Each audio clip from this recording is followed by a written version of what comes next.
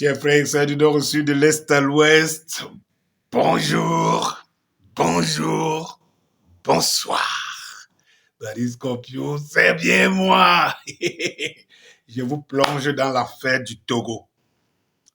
Et c'est comme ça que je vais intituler dorénavant jusqu'à nouvel ordre mes titres sur le Togo. Dans l'affaire du Togo. Chers frères et sœurs, nous devons sauver nos frères et sœurs, nos enfants, nos fils, au moment où l'Afrique connaît un embryon de souveraineté. Nous devons bagarrer partout où il y a encore les dictateurs d'une autre génération pour sauver les nôtres. Les Togolais ont besoin de notre soutien. Les Togolais ont besoin de l'attention qu'on peut avoir sur des gens qui souffrent. Regardez ces images. Président on a gouverné, on a constat d'Aromia, il ne nous gouverne pas, il nous tue. On est humilié. Dans le commissariat, nous ne sommes pas au camp. Tous les policiers dégagent. Police n'est pas la semaine, sécurité n'est pas. On est pas mais la chienne, il y a bon trachinami, avant, il y a tout canami, mais c'est la chambre fort.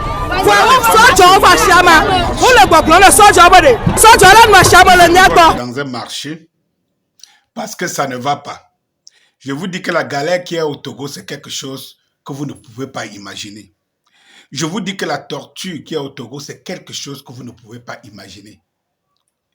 Moi-même qui vis dans un pays où la dictature est implacable, quand je vous dis que je me préfère encore au Cameroun qu'au Togo, vous devez comprendre. Mais rassurez-vous que celui qui avait pris les rênes du Togo, succédant à son père, comme d'habitude dans le précaré français, était un jeune. Il est en train de vieillir comme son père. Il était donc un jeune. Et comme je vous dis la plupart du temps, c'est que méfiez-vous des jeunes qui ont été élevés autrement. Oui.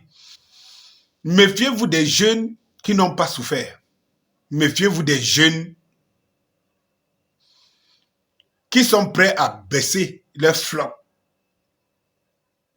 pour pouvoir avoir le pouvoir. Méfiez-vous d'eux. Même dans des régimes qui planifient, comme au Cameroun, remplacé par le père par le fils. Attendez-vous au pire si le fils, puisque les pères avaient au moins une certaine autorité, même vis-à-vis de leurs parrains, de leurs maîtres colons. Mais les fils n'ont aucune autorité, non, ils partent de rien, ils n'ont aucune autorité. Donc ils sont là parce que les impérialistes ont décidé de les mettre là. Donc ils sont à la solde, au service. C'est-à-dire que c'est le téléphone rouge. Une fois que ça a sonné, ils se lèvent. Ils font la chose. Ils n'ont pas de sentiments, ni rien. Si vous demandez à un Togolais lambda, pas ceux qui bénéficient du système qui est en place, parce que quel que soit le système, il y a toujours des gens qui bénéficient des intérêts du système. Quel que soit l'assassin, le tyran, quel que soit le tueur en série, il y a toujours une femme qui l'aime et qui protège. Et qu'il ne tuera pas. Il faut que les gens le sachent. Et que cette femme va le supporter. Il faut le savoir. Quel que soit le tueur, le sanguinaire, il a toujours des gens qui vont se sentir que lui va protéger, ou alors qui se sentent mieux. Soit c'est des petits démons, dont ils reconnaissent en lui le père des démons, soit ils sont tout simplement privilégiés. Et dans ce genre de régime, il y a toujours des privilégiés. Je ne parle pas des privilégiés ici, donc des minorités privilégiées. Et je parle des Togolais dans l'ensemble. Lorsqu'il y avait soulevé ici le problème de nationalité, il y a des gens qui étaient venus dire non, ça ne se passe pas comme ça, ma chère, tu allais demander à la majorité des Togolais. Il n'y a qu'à Lomé, et on vous demande de quitter tout le Togo, de traverser tout le Togo pour venir faire une demande de nationalité à Lomé, et laquelle demande de nationalité, vous n'êtes pas sûr de l'avoir. et comme la plupart d'ailleurs. Et avant tout, le papier, le document que tu dois présenter, qui est le plus important aux yeux du système, du régime, d'un État qui doit protéger ses citoyens, c'est la carte d'électeur. Sans citoyenneté. Des diplômes sans citoyenneté. Des gens qui partent à l'école, sortent avec des diplômes, sont diplômés, ont le bac, la licence pour venir toucher 35 000 francs. Je ne savais pas que le SMIC, je pensais que mon pays était le SMIC le plus bas. Je n'imaginais pas que le Togo, donc, Faure Gnassingbé se pavane partout en médiateur, en homme de paix. Il séquestrait autant les Togolais à la maison. Mes chers frères, je vous montre ces images-ci, ces secondes images-ci. C'est le cœur, celui-ci était d'abord ministre de la Défense. Je crois. Il est maintenant ministre de l'eau, quoi que ce soit. L'autre, il est commandant. C'est des tueurs en série au Togo. Voilà les gens qui exécutent, qui sont des exécuteurs. Des pauvres Togolais. C'est lui qui essaie de lever la tête. C'est le cœur des milices. Commandant comme le second que vous voyez, c'est des gens issus des milices. Et lorsqu'on vous parle des milices au Togo, personne ne résiste. Les gars sont sans foi ni loi. Lorsque je vous ai dit ici que les dictatures ne se valent pas. Dans mon pays, il peut avoir, au Cameroun, il peut avoir des gens qui ôtent la vie aux autres pour des actions personnelles. Mais pas la preuve. Tout un grand responsable du renseignement camerounais en prison.